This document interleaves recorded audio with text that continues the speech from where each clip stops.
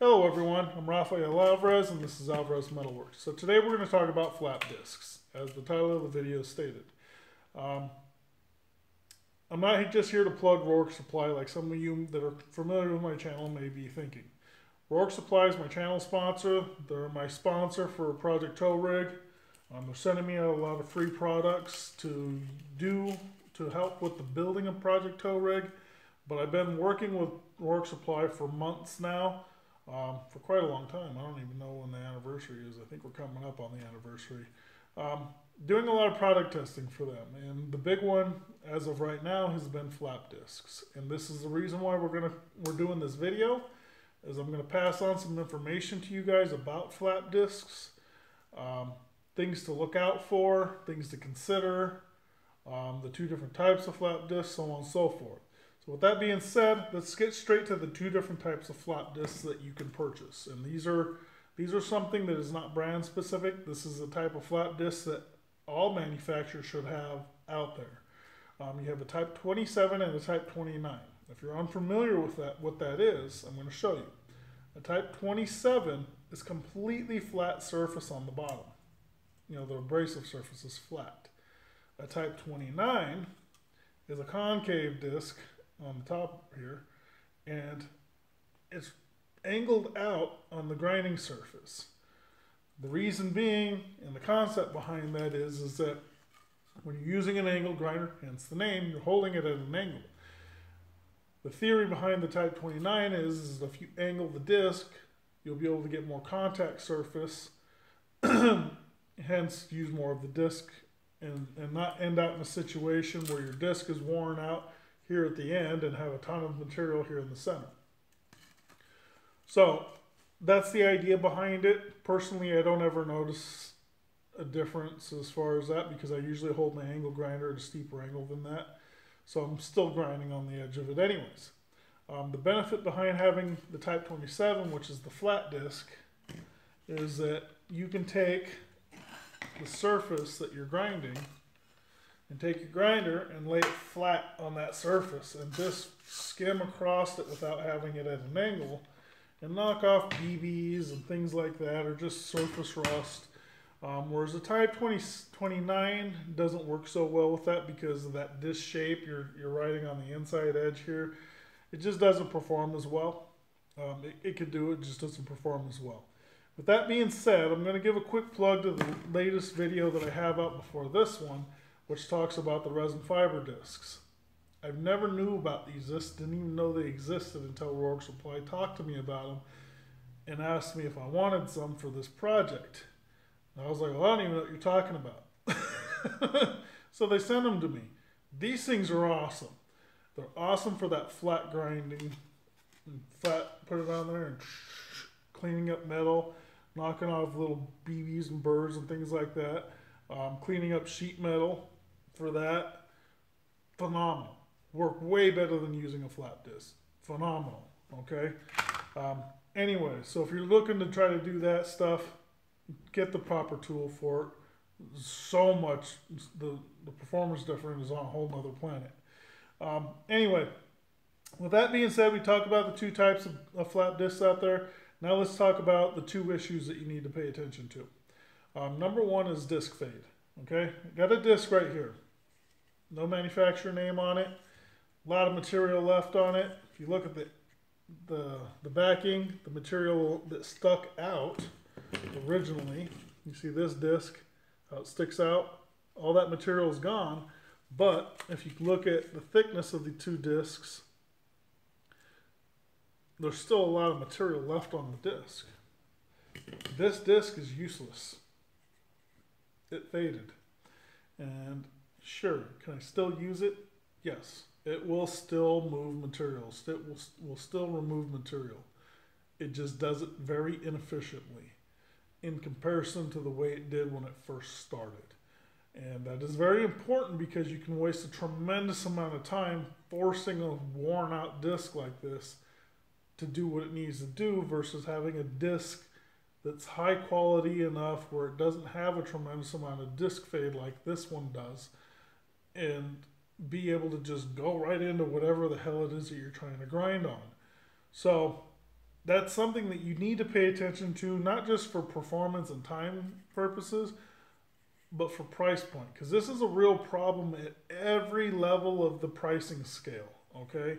I had so many discs in here at all different levels, and I'm telling you right now that disc fade is a real problem at all levels. Not just at all levels, but within all manufacturers as well. All manufacturers carry different levels of quality, and all manufacturers are going to have issues with disc fade. We have some discs at work, my day job. For those that you don't know, I work at a marina. I'm not going to say the company name that makes them, it just starts with a W. Orange back, plastic back discs that have the threaded centers where you can screw it onto the arbor and not have to use the nut. I really like that as far as speed is concerned because you're able to switch the discs out real fast. The problem is that those discs fade tremendously fast. They fade to the level of this disc that I consider I'm not going to swear. Junk. Try not to swear too much in my videos. The benefit to those discs is, like I said, they're quick to change out.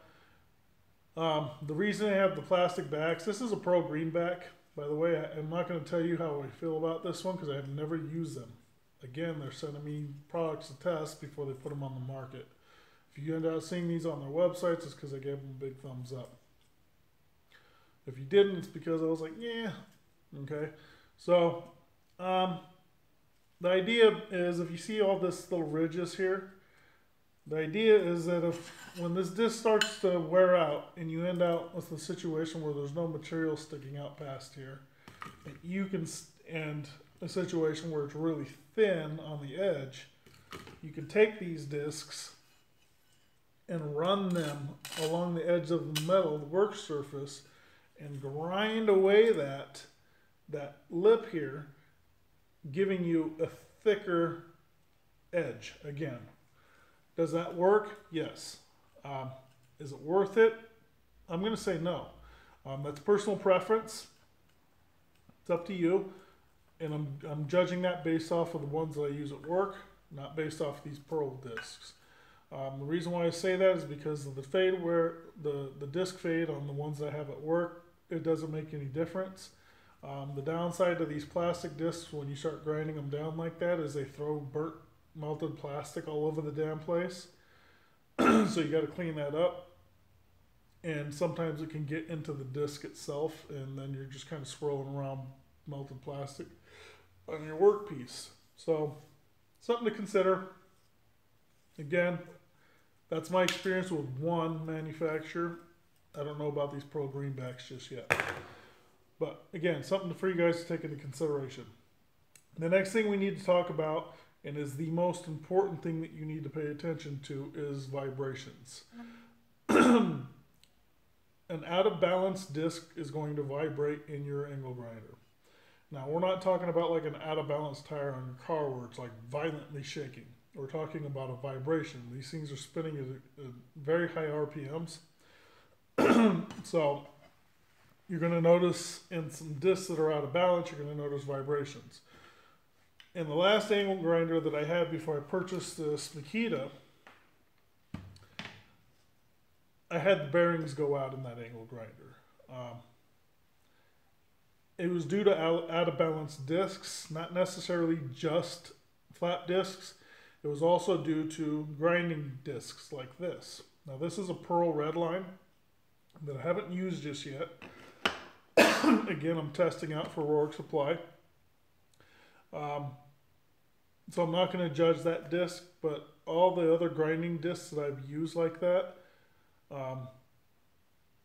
tend to be on the cheaper level. I've always bought the more affordable ones when it comes to those. They started out fine, with the exception of a few from Harbor Freight. They started out fine, but then after I used them, they started getting out of balance pretty bad. Way more than a flat disc. Any of the flat discs I've ever used that were out of balance. And it beat up on the grinder. I didn't realize how bad the flap discs were out of balance until I purchased a good flap disc. I spent a lot of money on the flat disc from the hardware store across the street from me because I was curious on performance and what the difference would be. This is before my relationship with Rourke Supply started. This is before all the product testing started. And what I noticed was this grinder that I thought was dying all of a sudden spun real smoothly. And it was because the disc I put on there was balanced very, very well. Now the problem I had with that disc was that there was a tremendous amount of disc fade in that disc, and I spent a lot of money for it. I didn't notice any performance difference between that and the cheap ones. I just noticed that it was in balance. So it was something that made me very, very well aware that I need to start paying attention to what kind of discs I'm buying and that they're in balance if I don't want to keep buying these. Because saving 20 bucks here and there on flat discs and grinding wheels or whatever is not going to be worth the savings of having to buy new angle grinders because you're beating the hell out of the bearings. So pay attention to that. It's super important. Like I said, I believe that's the number one thing that you should be paying attention to. Lastly, let's talk about the 3 discs that I have on hand right here.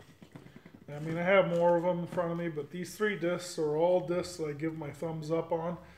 They're all discs that Rourke Supply is currently selling.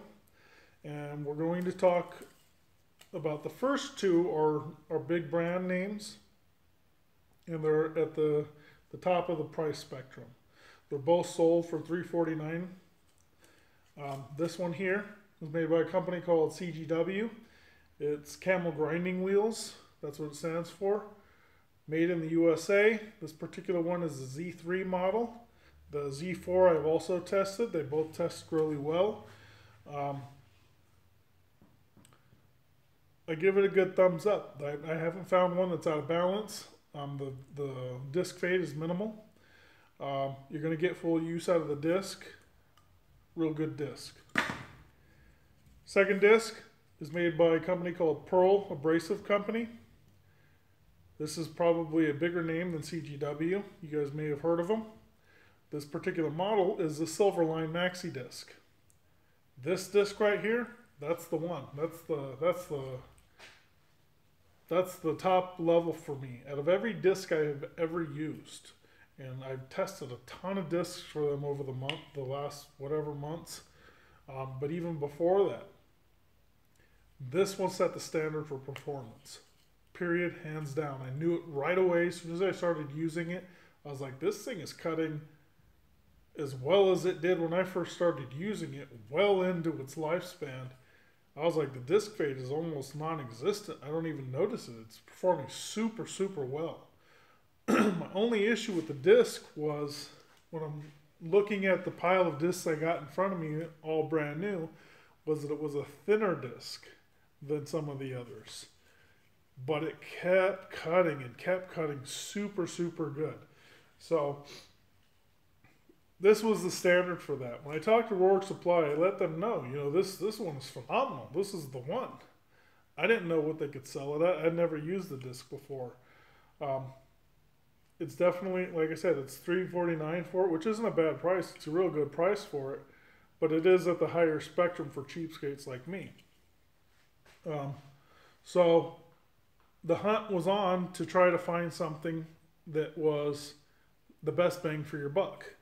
And that's where our third disc comes into play. It's made in Germany. It's a company called Premier Grind. Okay. It's a zirconia flat disc. This is the jumbo version. Let me compare it to the CGW because it's a brand new disc. You can even compare it to that Pearl Greenback because that's a brand new disc. Substantially thicker. It sells for $279. They have a standard disc that is not as thick, but it's still very thick and thicker than a lot of these other big name brands out there. And it sells for $1.79. Okay. So with that being said, this was the disc that I felt that the disc wear was not bad enough to be like this disc where you're like, I'm tossing it out before I'm getting full use of it. It was in balance. I never had balance issues with them. and the price point was low enough where cheapskates like me would say, that's a deal. So, with that being said, I highly recommend all 3 of these discs, but if you're a cheapskate, this is the one. If you're looking for made in America, this is the one. If you're looking for a disc that is going to perform like no other disc that I've tried, that's the one. That being said, all those prices are standard prices on, everybody's price point on Rourke Supply. They could change. As of right now, that's the price point. If you use coupon code METAL during your purchase, you'll get 10% off your entire order. Doesn't matter how much you order or how often you order, use that coupon code, you'll get 10% off. With that being said, thank you guys for watching. Check out RourkeSupply.com. They got a lot of good stuff on there. I'm not going to show you guys these things in action because I really don't think you want to sit there and watch me grind and grind and grind. And the purpose really isn't to do a product comparison. It's to give you guys information about grinding or flat discs. That's it. Remember to like me on Facebook. Links down in the description. Again, subscribe, comment, like. And thanks for watching. Thanks for the support. Talk to you guys later.